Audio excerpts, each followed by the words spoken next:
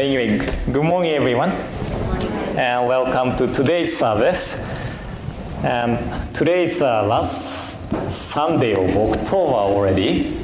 And how many Sundays we have more for 2018? Really? At least 8, isn't it? Right? I'm not sure, but I still have to think about 8 more Dharma talks. New Year's Eve I have to talk to, so 1 more. New Year's Day I have to talk, and still many Dharma talks to think about. But today, last week I talked about 5 or 6 realms of Indian tradition and Chinese Tiantai tradition. And I said Indian tradition like Abhidharma or Abhidharma Kosha of Vasubandhu talks about 5 realms of hell, hungry ghost, animal, human, and heavenly beings. As the actual realm where we will be born into after we die. And in contrast, Chinese Tiantai tradition accepted the 6 realms as the state of mind, hell as fear, hungry ghost as attachments to materials, animal as acting as one desires, fighting spirits as using violence to solve the issues, human as state of ordinary, and heavenly being as state of happiness. And I also said we could understand these 5 realms of 6 realms as actual place or state of mind. I don't mind. But we are not able to accept the Buddha field of Amitabha called Skavati as our state of mind. We cannot say that because it is beyond our wisdom. And today is one of the closest Sunday before Halloween. And I see so many scary things outside, and so I wanted to talk about hell. In Sanskrit, it is called Naraka. And Naraka consists of 8 hells, 8 intense heat, and 8 intense cold. So actually 16 hells. One of the 7 Pure Masters, Genshin, wrote The Essential for Attaining Birth. And the detailed depiction of hell is in that scripture. And I believe there's no English translation for The Essential for Attaining Birth yet. So if you could translate it for me, I would really appreciate it. Please. You could translate it, from Japanese. No, it's Chinese. I don't know, from Japanese to English. But, it's really huge volume, so I don't want to touch it. And if you could translate it for me, I would really appreciate it. And it is said that in accordance with one's bad action in this life, Indian people believed that the one goes to one of the hells. And one big difference from Christian hell is that Naraka is not the place one stays eternally. Naraka is one of the realm of rivers. So when the karma in Naraka is up, the being in Naraka will be born into another realms again. And same thing with heavenly beings. Their one day is equivalent to humans 50 years. So they have amazingly long life, but when their time is up, they have to be born into another realms again. So to become a heavenly being is not the goal of Buddhism. And goal of Buddhism to escape from this cycle of rebirth. This is a goal of Buddhism. Anyway, Chinese Tiantai tradition accepted this Naraka as state of mind, and which means state of fear. And I don't know if you remember this one. I said I fear cockroaches. So if I see cockroach in my room, then whatever I see something black, makes me nervous. And in one of the sutras, it talks about how we create things outside of ourselves. Depends on our state of mind. And I think I talked about this before, but there was a man who was afraid of snakes. And one day he came home late at night, and then he saw a giant snake coiling itself up outside of his house. He ran to the house and shut the entrance door, but couldn't sleep because of the fear of the snake. Next morning, he made his mind up and went outside with a stick to fight against snake. But what he found was just a rope. It was dark and he was afraid of snake, so he thought the rope as snake. But when it was bright outside, he could see that rope as rope. So the state of our mind, makes things outside of ourselves. And the mind of fear makes everything around us as fearful thing. And here is another story regarding fear. One day, old-time friend gathered at friend's house. They were talking about how things have changed and how they are doing. But they started to talk about what they fear most. They were talking about how they are afraid of snakes, eels, earthworm, and ants. Then one said, I'm afraid of slugs. Slugs? Man, I heard some people drink slugs because it makes your voice beautiful. How about you? What you fear most? I'm afraid of horse. Horse? How can you be afraid of horse? Horse kicks me. I wasn't afraid of them before, but they kick me just as my wife kicks me. Since then, I'm afraid of horse. Now every time I see the horse, they look like my wife. Hey, sounds like you are afraid of your wife more than horse. What about you, Matt? What are you afraid of? What? Am I afraid of something? If I heard in silence, what's wrong with you guys? Afraid of snakes? Don't make me laugh.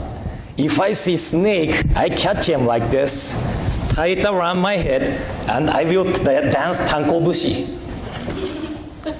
Earthworms? I cook them with tomato sauce and eat them just like pasta. Who said you're afraid of ants? Gosh, that's just tiny thing. When I don't have sesame seeds at my house, I put it on my rice and eat it. So I'm telling people, I can eat anything with 4 foot. Then one day my neighbors asked me, hey Matt, you said you eat anything with 4 foot. So I said, yeah, I do. Then he asked me again, are you sure? So I said, yeah, I'm sure. Then he brought me a table and said, okay, eat it. Well, that was a tough one to eat. Wow, you actually ate the table? Sounds like Matt, you are really a tough guy. But you have something you're afraid of. At least one thing, don't you? No, I don't have any. Don't say that and think about it. That's why I don't like you. I'm trying not to remember that and trying hard not to say that. Of course I have something I'm afraid of, but that's really embarrassing to say. So I'm not going to tell anyone. Hey, come on. Everyone has something they are afraid of, and that is natural thing. Come on, say it. Well, I guess I can tell you guys. But I'm not going to say it after all because you all laugh. I don't laugh at you. We don't laugh at you, right? See, we don't laugh at you. So come on, say it. Okay. Well then, I say it. I'm afraid of sweet bun. Sweet bun? Manju, sweet bun. Do you know any insects or animal named sweet bun? What I know as sweet bun is that there's sweetened beans inside and we eat it. I never heard of anyone who's afraid of sweet bun. Shall we ask him? Well, Matt, I'm sorry to ask you this, but we are ignorant that we don't know what the shape of the insects or animal named sweet bun like. What are you talking about? You know sweet buns. You often see them at memorial services. Really? The sweet bun we eat? You are afraid of them? Hey, you promised not to laugh. Sorry. But I never heard of anyone who's afraid of sweet bun. Did it make you sick or anything? No, don't even talk about it. That's really interesting. So you don't like even the ones the one, it's really expensive one. Hey, most expensive one is the scariest thing. Okay then. The one with the sweetened chestnut inside. Oh, please stop it. I said I'm afraid of sweet. Oh, man, I'm going home. Wait. Hey, it's been a long time since all the friends gathered last time. But, you look pale. Shall we call doctor? Nah, it's okay.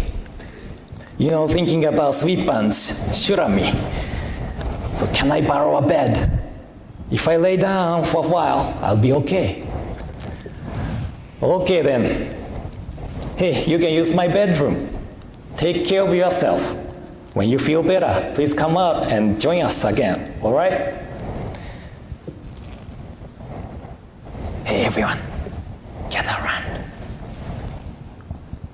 This is a good chance. Matt's always act as if he's tough guy, and he acts big. But he's afraid of sweet bun. This is a big chance to hear him scream. Let's go buy sweet buns and put them around his pillow and see what happens. I cannot wait to see him when he wakes up. So everyone went outside to go buy the sweet buns. He said he's afraid of expensive sweet buns. Hey, what are the most expensive ones here? Oh, okay. We buy them all. Thanks a lot. So everyone bought expensive sweet buns, and when they came back, they put them around Matt's pillow, woke him up, and hid themselves to see Matt scream. When Matt woke up, he found sweet buns surrounding his pillow. Then he shouted, "Oh my gosh, sweet buns! Oh, this one must be a really expensive one. Oh, it's scary. Oh, really scary. Oh man, I'm afraid of sweet buns. Oh, this one looks terrifying too. Oh, I'm afraid of sweet buns. Oh, how delicious. Oh, how terrifying. Oh, see, he's scared of sweet buns. That's funny. Hey, it's not funny. He's eating them all. Oh, scary. it's so terrifying that I cannot leave it in my eyesight. I need to wrap it and bring it home. Hey, Matt, you set us up. I thought so. I never heard of anyone who's afraid of sweet bun. Come on, Matt. What are you really afraid of? Well, I guess I'm afraid of a cup of tea now.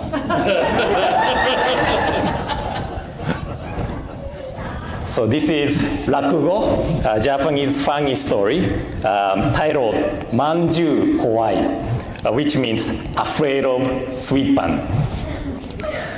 So in this story, Matt's friend tried to scare Matt, and actually Matt told lie to his friend. So this story is kind of opposite of what Buddhists should do. Scare friends, telling lies, right? But one of the dana with selfless giving, we can do is to take away one's fear. Take away one's fear. And I know that it is a kind of spirit of Halloween to put scary things outside of house to scare bad spirits away. But when children come for trick-or-treating, don't scare them away, but welcome them with smile and kind words. And all the children, please say thank you to those who gives you candies. And don't eat them at one time, okay? So now I'd like to conclude my talk with Gassho and Nembutsu first, I think. So please join me in Gassho. Please put your palms together. Namo Amida Butsu. Namo Amida Butsu. Namo Amida Butsu. Namanda Butsu. Namanda.